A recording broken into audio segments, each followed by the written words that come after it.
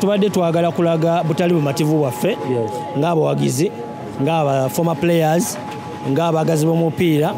anti format empya eyaleeteddwa federation wamu na Engineer Moses Magogo nti fenga abantu b'omupiira tetugiwagira era nga tuzza okuba omulanga gwaffe eri gavumenti eri abagazi b'omupiira bonna gye muli eyo abagazi b'omupiira kituboyikotinge format eno empya tudde ku kyaffe kye tumanyi abaana bodde nga bagamba nti tudde ku gwaffe gwe twasambanga ku masomero home and away naye kino ekizze tetukimanyi abantu tebakitegeera ekyokubiri abanayuganda tebaweereddwa budde kubeera nga bategeezebwa ekyo kyonna kina bwe boonayisa resolution eyisibwa mu assembly bw'ebeerawo ng'oyisiza resolution eno kati assembly yabadde yakabeerawo ebadde ehoima temwali mu resolution yakubeera nga league format ejja naye tuli in the middle of the way tutambula mu kkubo omuntu omu najja ne idea ey'okubeera nga nti league yaffe esambibwa mu mirundi 3 n'agimpactinga ku bantu n'agibateekako n'agibasibako era n'akulaga nti egenda ssambibwa naye sources ze tulina zitugamba nti waliwo betting company banaganda gye bagenda okumanya very soon eyaleese ssente ezo eyaleese ssente federation Engineer Moses Magogo zibatuddeko kwe bali kuspendinga okulaba nti format eno ezannyibwa kubanga format eno mu butuufu bwayo si kulumba si kwataakinga muntu yenna wabula egenda kwenkaleginga kye tuyita betting mu mupiira gwa Uganda. Mike Temulireeti liigi etandika ntya? Liigi etandika tetuganye kuba tetukinaako buyinza naye ng'abawagizi naffe tulina obuyinza bwaffe naffe tulina obuyinza bwaffe obutagenda mu bisaawe kubanga tuli musambi wa 12 mu kisaawe fe abaweereza omuntu we 12 era federation webadde etegeka empiira gya Uganda Cranes ng'ekitegeka Namboole ebadde esookera ku muwagizi kuyita muwagizi nga otegeka omusambi era n'asamba notegeka ekisaawe notegeka omupiira gw'anaasamba naye ate notegeka n'omuwagizi ono agenda okujjola product gy'okola ki gy'olina kubanga omuwagizi ono yajja ne sponsor watu olina muwagizi sponsor togenda mufuna kati ffe nga abawagizi namba 12 kitugenda kugenda mu kisaawe ekitegeeza kigenda kukosa omupiira gwa Uganda kigenda kukosa omupiira gwaffe ne tusaba n'obwowembeefu eri FUFA ne gavumenti kubanga gavumenti gwayinza okutuuza Amagogo n'omugambako ne UPL nti bannayuganda basaba obuyambi bwammwe President Museveni nga tugenda mu kalulu gavumenti nga tugenda mu kalulu munnayuganda yeetaaga okuyambibwa bannaye naffe abantu b'omupiira tuli bantu tukabye ebbanga erimala tukabidde emyaka 12 Engineer Moses Magogo gy'amaze ku buyinza tunakaba mpaka dinga tusigala tujja tubeekubako abagavumenti bane mutuyambe n'amatu bonna abali mu mupiira mutuyambe sanite kumwe omupiira gwa Uganda. Mike, clubs zakkiriza okuba nti zigenda ozannya league because clubs 13 zakkiriza esatu ze zibadde zikyakalambidde olowooza FUFA yaganye owuliriza club enawuliriza mmwe andika kati timu ezo zijja sama omupiira kubanga abananyini timu ezo njawulo okubuulira nti ba businessmen Amina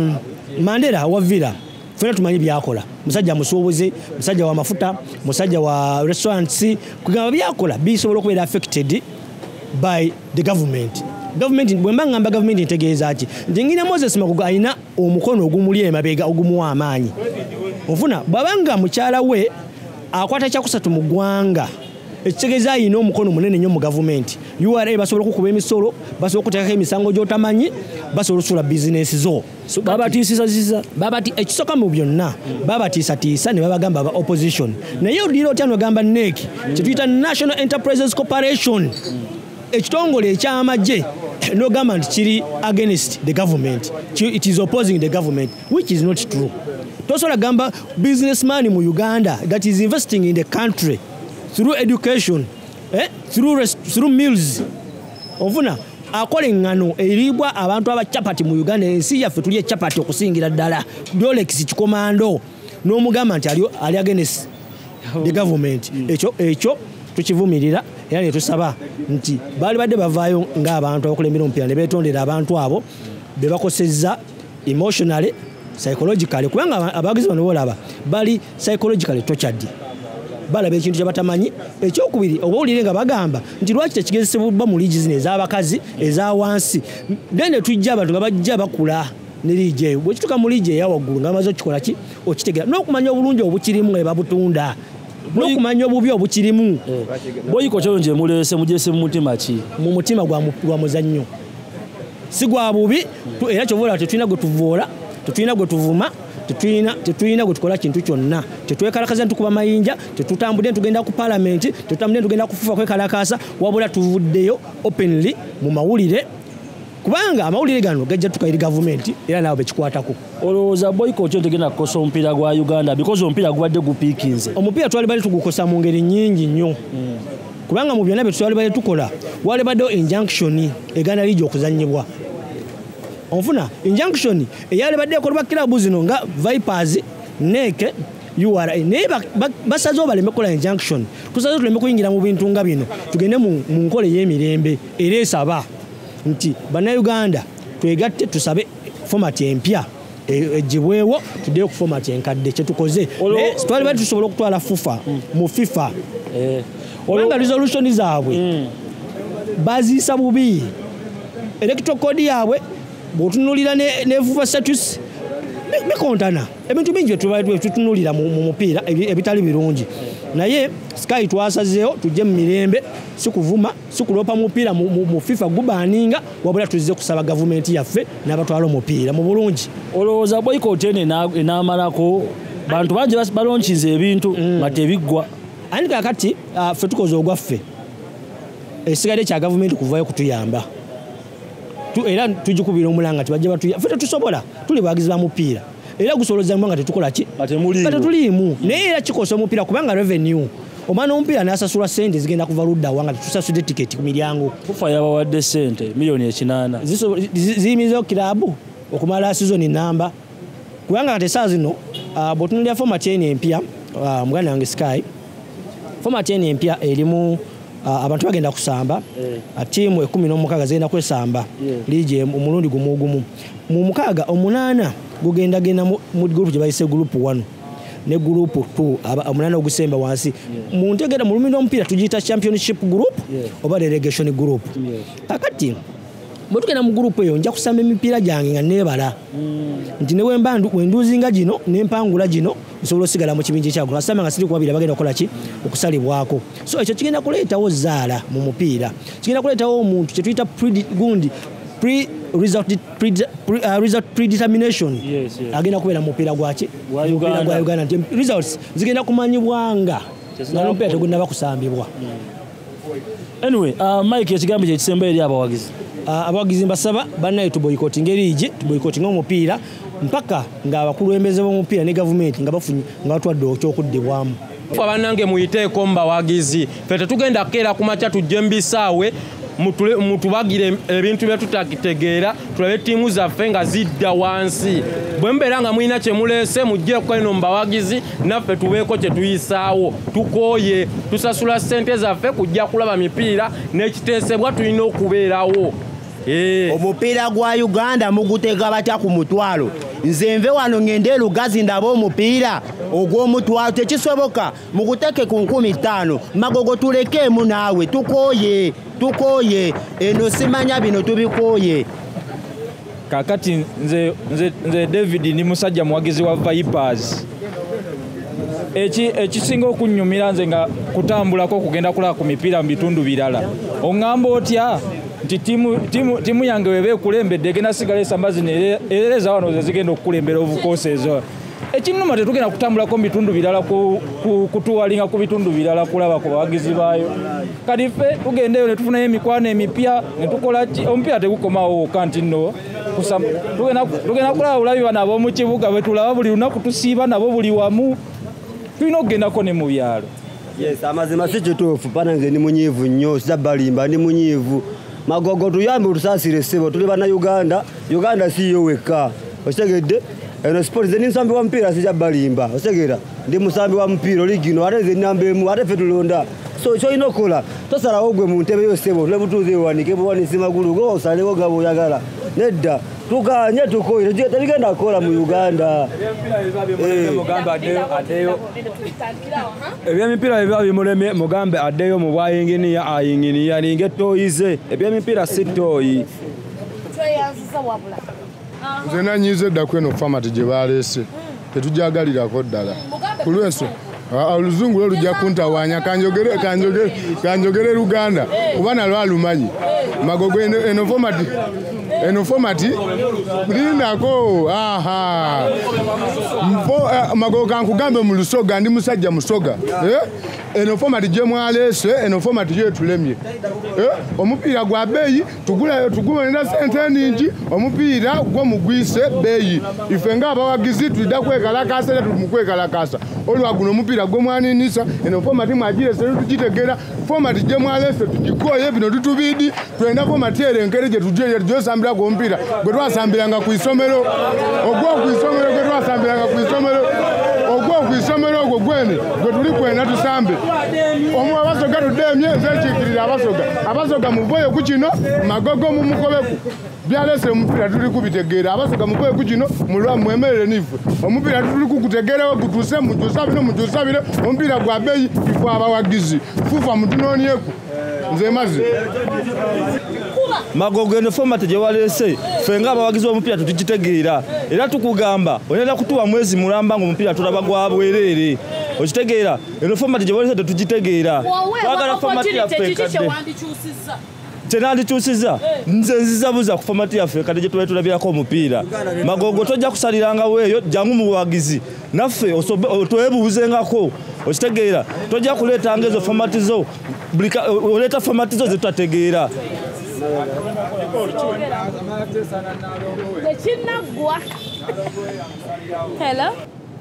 nasambirako tiimu nga TP Mazembe nensambirako tiimu nga Elmerick nensambirako tiimu ya Yovo Town ebungereza ate era naliko mu Academy ya Man United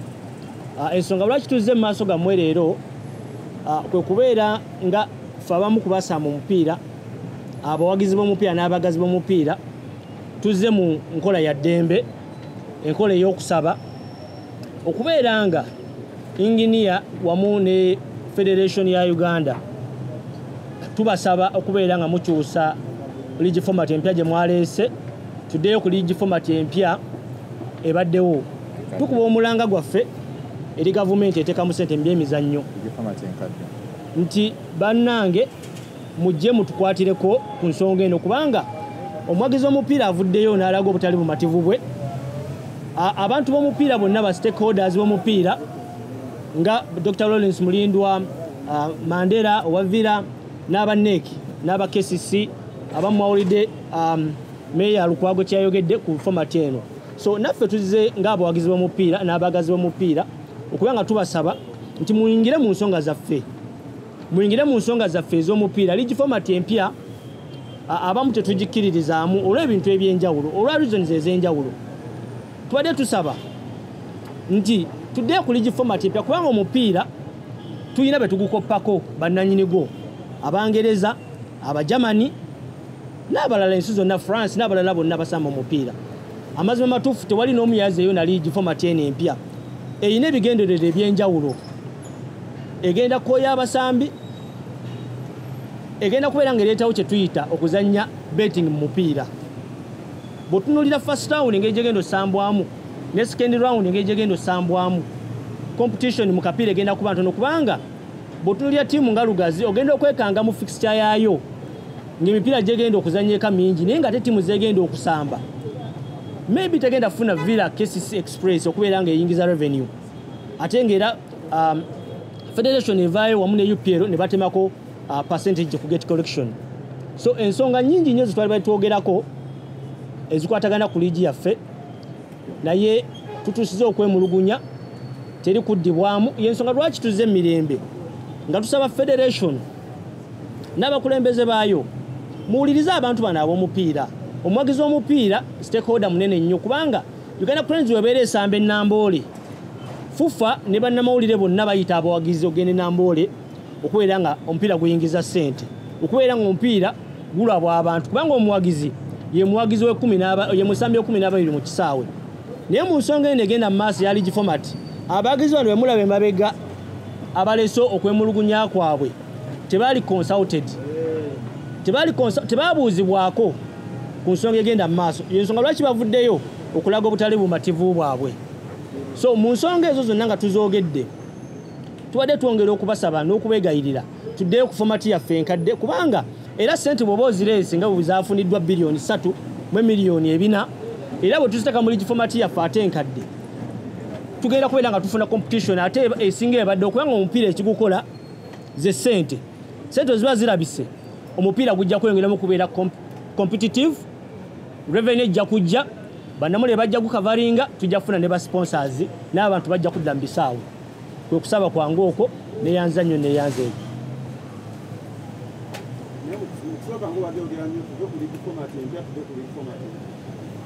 tuve ku league format empya tudde ku league format enkadde tuve ku mpya tuddeyo ku nkadde kubanga ati empya essaawa zino iringa eyayise bagirese ku maanyi sigamba nti yayise mu mirembe wabula bagyempozinze ku bannayuganda era mwenna ne bannamulire mwenna gye muli eyo ne munnayuganda ali eyo yalabye nti ensonga eno tiyayize mu butuufu bwalina kugiramu kubanga singa ebadde ejjidde mu butuufu bwa kugiramu yali badde nga consultation obanga abantu babawa ebbanga okubeera nga basomesebwa n'okumanya ki kibagenda obbaleetera naye essaawa zino newoleeta lemmaani nowoleeta muntu ki omuyigirivu essaawa zino akunyonyole format ya liigi empya egenda okutandibwa egenda okusambibwa nkubuulira amazima amatuufu teri muntu asobola gikunyonyola n'osobola okugitegeera so tusaba tuve ku eno gye baleese kubanga essaawa zino liigi etandika olunaku olw'enkya naye njagala okukubiriza abawagizi b'omupiira to boycott kubanga ffe ba stakeholder mu mupiira to boycott ng'eliigi eno empya eyaleetebwa mpaka nga federation ne gavumenti etuyambye nga tuzeemu mu mupiira gwe tutegeera omupiira gwa bannayuganda ogubaddewo okuva omupiira egwatandika mpaka essaawa zino enyabo tuli against the new league format tetwagala oba tuli mabega tetwagala kubeera nga league format empya esambibwa mu league mu Uganda twagala kusigala ku format eri enkadde eya home and away basis tuwakanye eno empya egenda mu maaso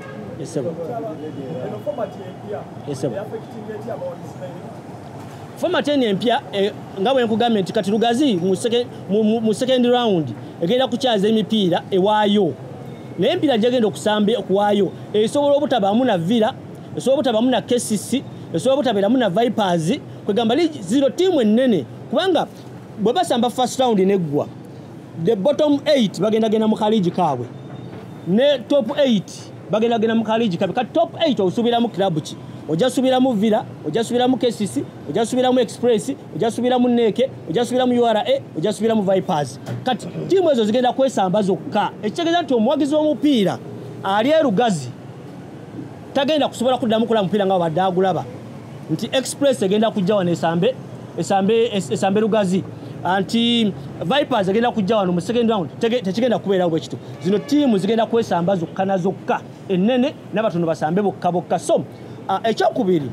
bw'okitunuulira mu mbeera eriwo nti omuntu alaba nga tagenda kuddayo tagenda kubeera relegated n'abala emipiira gye nti kati mpangudde emipiira gyange bwe giti sigenda kubeera nga nzirayo omuntu oyo agenda kuddira emipiira gye asobola okugitunda n'agamba nti nze gino emipiira kati maze okuyitawo seetaaga bubonero sigenda kubeera relegated oba zimaze okufuuka champion wa league so egisigaddeyo yonna kanzizanyemu zaala so ekyo kigenda ku attractinga betting mu mupiira gwa Uganda ate ekitabaddeewo mu bbanga eri emabega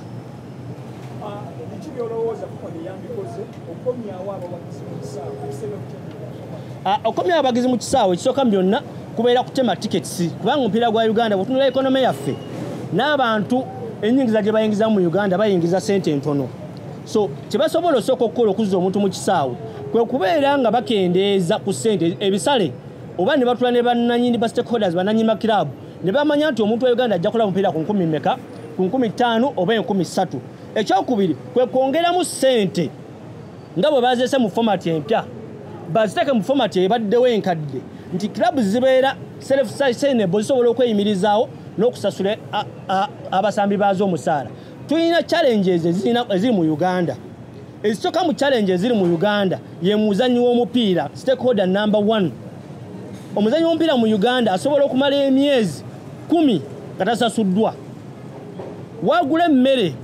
ne nanyini club wagula emmere so nze nsuubira nti tulina ebizibu gye twali tusooka okugonjoola ng'eggwanga okubeera nti omwana w'omupiira ono oba omusambi omupiira stakeholder number 1 ali catered for afunye ekyokulya afunye wasula asobola okuwa product entuufu wabula si kubeera nga ate bateekako format empya egenda okwongerako expenditures za clubs zino n'okubeera nga ziteekamu ssente nnyingi ezalwali zigenda mu misaala gy'abasambi zigenda mu travel expenses and accommodation.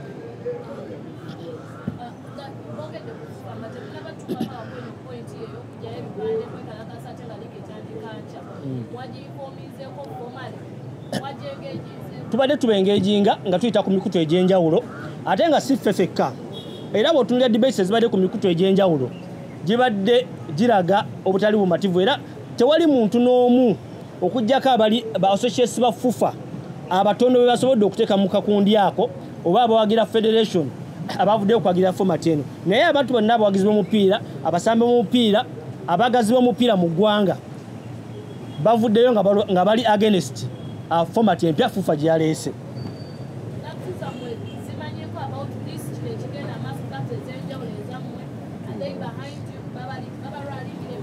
Tuli bawagizi ba mupiira era tuvuddeyo ng'abawagizi b'omupiira tuvuddeyo ng'abagazi b'omupiira tuvuddeyo ng'abasamba ku mupiira abamanyi obulumi bw'omupiira tuvuddeyo ng'abo abali mu format empya abaziyitamu ne tufuuka ba professionals ng'essaawa zino tusobola okulabirira abantu baffe tusobola okwebeezaawo tusobola okubeera mu bulamu obweyagaza.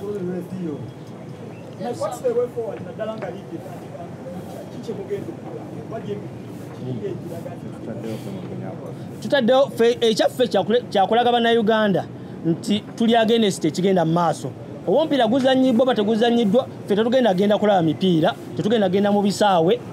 mpaka katufunye okuddibwamu kwaffe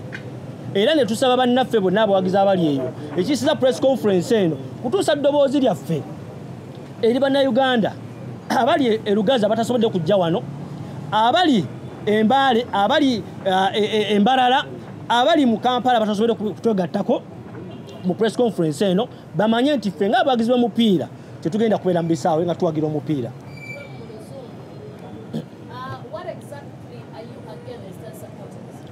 As a country, we still have issues that we needed to address before introducing the new league format. Secondly, as fans, we were not consulted, and we believe that we should have been given enough time by the federation through the statutes of the federation so that the fans, as a number one stakeholder in Ugandan football, take notes and learn about the new league format. But we are so green, and if you invite someone to come and explain this new league format to us, it is very hard for us to understand what is coming to us. And through that, we have come kindly to request the federation, the leadership of the federation, the government of Uganda that injects a lot of money, that is building infrastructures, stadiums, new stadiums are coming. Rehabilitation of stadiums in Uganda has been done by the federation, and we are proud and so happy that the government has come on board to support sports. So through all of that, we want to urge you and request the government to intervene in the matters of the game, the matters of football in Uganda. Because a lot has been said, we have come to negotiate with the federation through various channels, but they have decided to play a deaf ear. That's why we are here to protest and to represent the other fans who have not been able to travel from far, from Mbarara, from Lugazi, and from wherever, so that they know that we are boycotting the Uganda Premier League until Federation comes up with the resolutions that favor the fans as the number one supporter. When Uganda Cranes is playing in Nambole, you find that the Federation is inviting fans to go and watch the game, to become the second, to become the 12th player on the field of play. And through all of that, because they need fans, but at the time of making this resolution to bring the new league format, fans were left out, they were not consulted. So we request the government to come intervene in the matter and resolve this issue of the new league format. Lastly, the new league format is going to comprise of three leagues. The first league, where we shall have all the teams play one match against each other. And after that, they are going to be split into two groups. Those two groups, we are going to have the championship group, which they are calling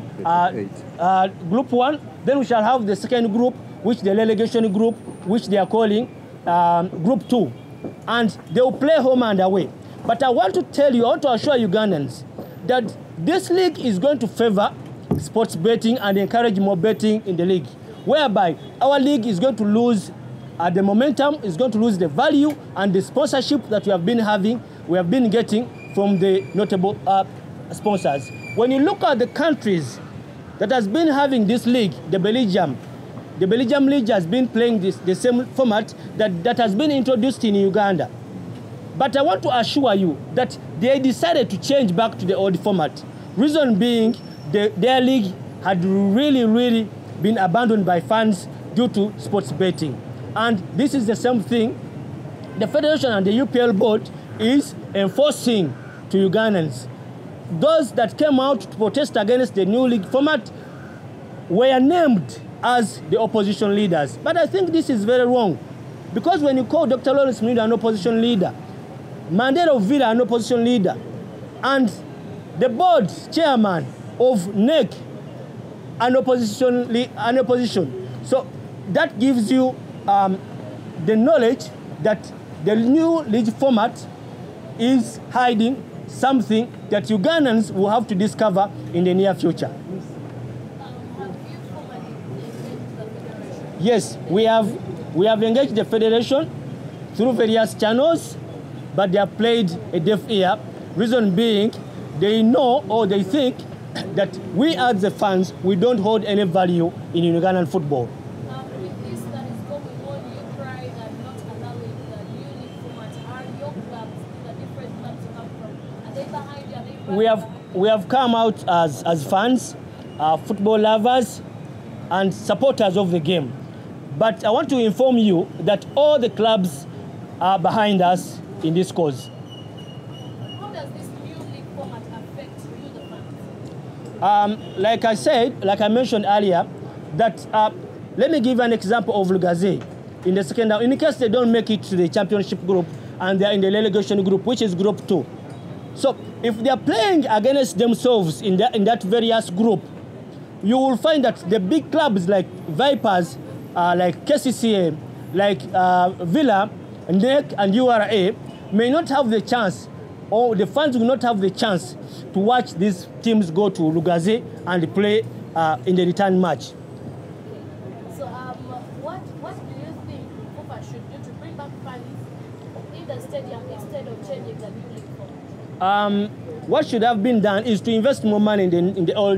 old league format that is well known and well played by the people we benchmark from.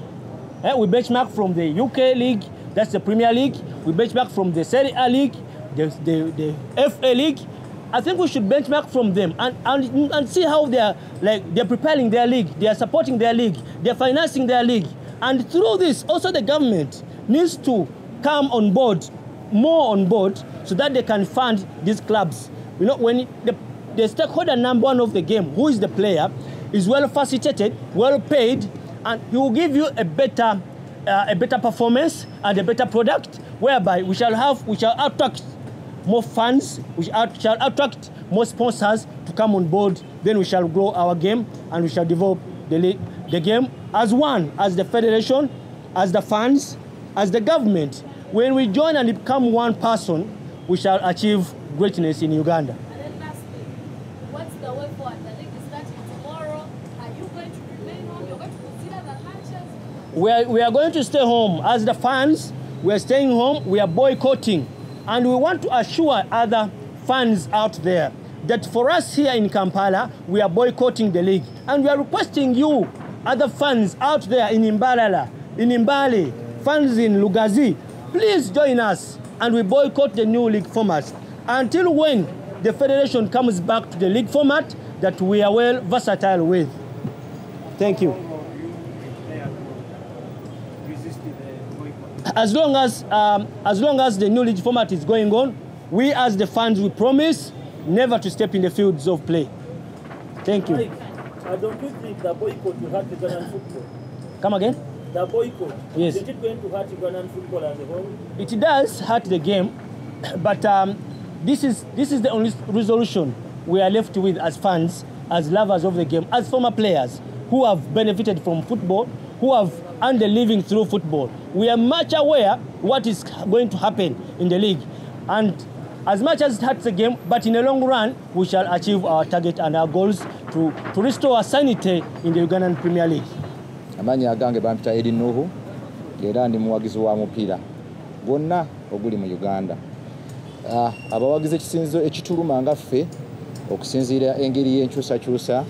eya liigi engeri gye bakikyusizaamu. Twavudde mu liigi enkadde ne tudda mu format eya liigi empya etagenda tubanga etufevaringa nga ffe abawagizi. Nti nze omuwagizi njagala nnyo okusasula, nzize nga nsasula season ticket. Essaawa zino simanyi oba season ticket nsobola ogisasula. Lwansonga simanyi nti oba ku mipiira gye njagala okulaba ttiimu banaasobola okuba nga bagiwa emipiira egyo gye neetaaga. Ekinzija ewange ne ku mulimu ssanyu, nzija kulaba mupiira na kusanyuka. Naye kati essaawa zino simanyi ssanyu lyange gye ngenda ddikola ki, gye genda dditeeka. Kubanga automatically tetunnategeera kiki liigi engeri gy'ekola ki gy'etambula. Kuba mmanyi nga nze mu ntegeera yange nti omuwagizi ye stakeholder asooka. Kubanga omupiira tesobola kusambibwa nga tewali muwagizi. Omuwagizi yayongerako kinene. Kyova olaba bw'obanga batandika okuba nga bakubiriza abawagizi okujja bagamba nti omuwagizi ye muzannyi namba 12 jangu ojja owagira omupiira tusobole okuba nga tufuna obuwagizi. Musambi w'omupiira yenna asamba widi muwagizi. Kati bwe twali tulina muwagizi sisuubira nti nno liigi esobola okukola ki okunyuma n'abasambi b'omupiira ne bawulira ne beefiiringa nga bo. Kyenaalisabye Federation ya Uganda etwala omupiira FUFA ne UPL kwe kulaba nti format empya gye baatuleetedde bagikyuse bagizze ku format enkadde. Kubanga essaawa zino singa omupiira gutandika ttiimu yo gy'owagira gy'olowooza nti ey'amaanyi singa bagikuba emipiira ng'etaano egy'omuddiringanwa kitegeeza tajja kusobola kuyita mu kakungunta k'abantu 8 olaabe bamusindika mweri mu relegation. Kyokka ng'ate omuntu oyo singa abadde asamba liigi enkadde asobola okutandika first round n'atandika bubi n'ate second round n'ajja n'akakinga up n'asobola okuba nga ajja okusobola okompitinga ku kikopo. Naye kati wano tekyalina chance esobola kuba nga asobola okompitinga ku kikopo automatically baba bamaze okuba nga bamusalako nga ze side y'eno ya wansi ate nga zino teams ennene ze zirina abaki abawagizi era zetukola ki zetwetaaga okubaawo. Okkiriza nti mu new format buli ttiimu zigenda kuba n'omukisa ogw'enkanankana okuwangula ekikopo. Mu new format sijja kukkiriza nti no ttiimu zijja kuba n'obwenkanya okuba nga asobola kuwangula ekikopo kubanga ne bw'otunuulira mu liigi z'Abangereza zonna amatiimu tegenkanankana n'abasambi tebenkanankana. Tulina clubs zino ezaffe ennene zigula abasambi okusinziira ku buzito bwa ssente zikola ki bwe ziina. Kati zino ttiimu ento tezijja kusobola kwepikira ttiimu ziriwa ttiimu zino ennene lwansonga nti abasambi automatically abalungi bonna bageze mu clubs nga 3 bwe bagenda mu clubs 3 zino eza wansi toziwadde mukisa kubanga zisobola okuba nga zikompitinga ne ttiimu zeezo.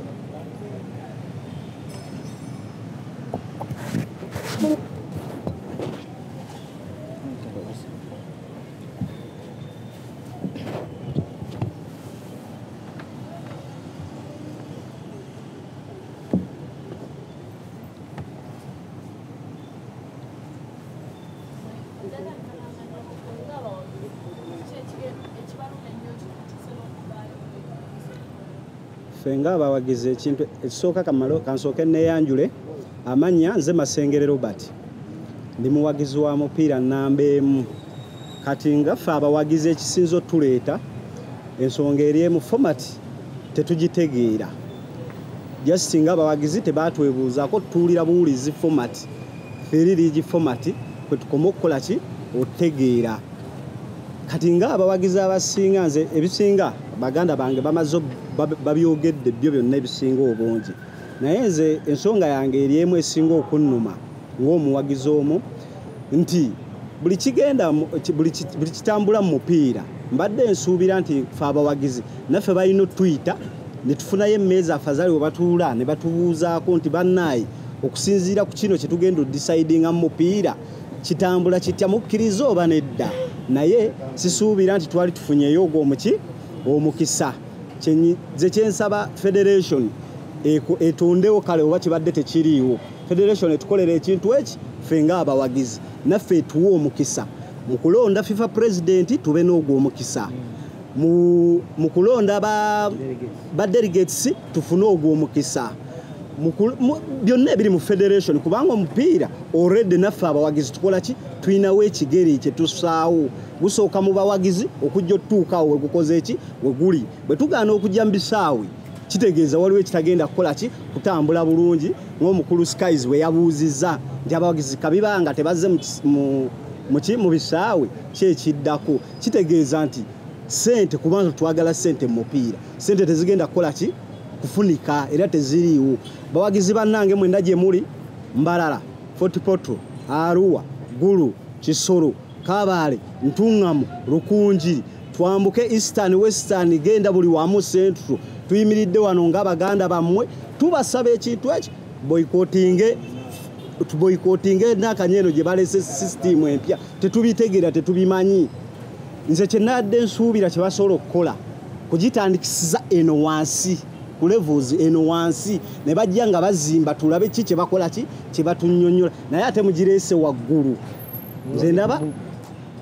ebimu sibitegeera anyway ebisinga byonna babikoze eki babyogedde mugitandisize wansi tweyanziza